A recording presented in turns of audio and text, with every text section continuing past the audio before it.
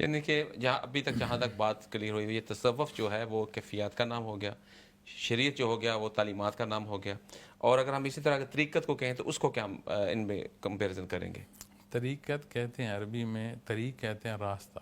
جی جی شریعت تک جاتے ہوئے جو آپ راستہ اختیار کر رہے ہیں یہ طریقت ہے.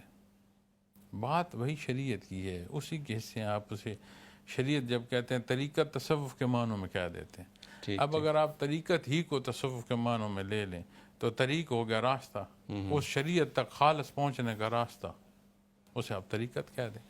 بڑا زبردست حضرت جی، آپ نے بڑا آسان الفاظ میں ایکسپلین کر دیا، اور یہ ایسا کویشچن ہے جو بہت دفعہ ہمارے ذہن میں بھی آتا ہے. اور لفظ دو چار بولے جاتے ہیں، جی جی ایک شریعت، جی جی طریقت، حقیقت، معرفت.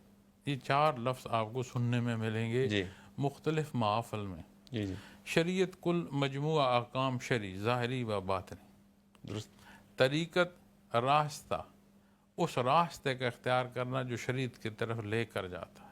زبردست. حقیقت، باہر سے گزرتا بندہ اسے کوئی بتائے کہ اندر اس طرح کے دو لوگ بیٹھے ہیں، اس طرح ریکارڈنگ ہو رہی ہے، ایک چینل پر بات چل رہی ہے، وہ حقیقت سے آگاہ ہو گیا. حقیقت کا سپرلیٹو حصہ آ گیا معرفت کا، کہ میں یہاں سے اٹھ کر جاتا ہوں تو جو کچھ میرا یقین ہے سارے سینیریو میں، وہ سننے والے کا تو نہیں ہوگا.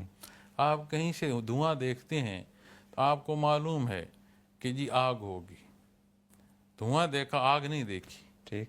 آپ کو اس حقیقت سے آگاہی ہے کہ جی وہاں آگ ہوگی، تو جو آگ میں کھڑا ہوگا اس سے جو سمجھ آئے گی وہ معرفت تو ہوگی. معرفت ہوگی. زبردست.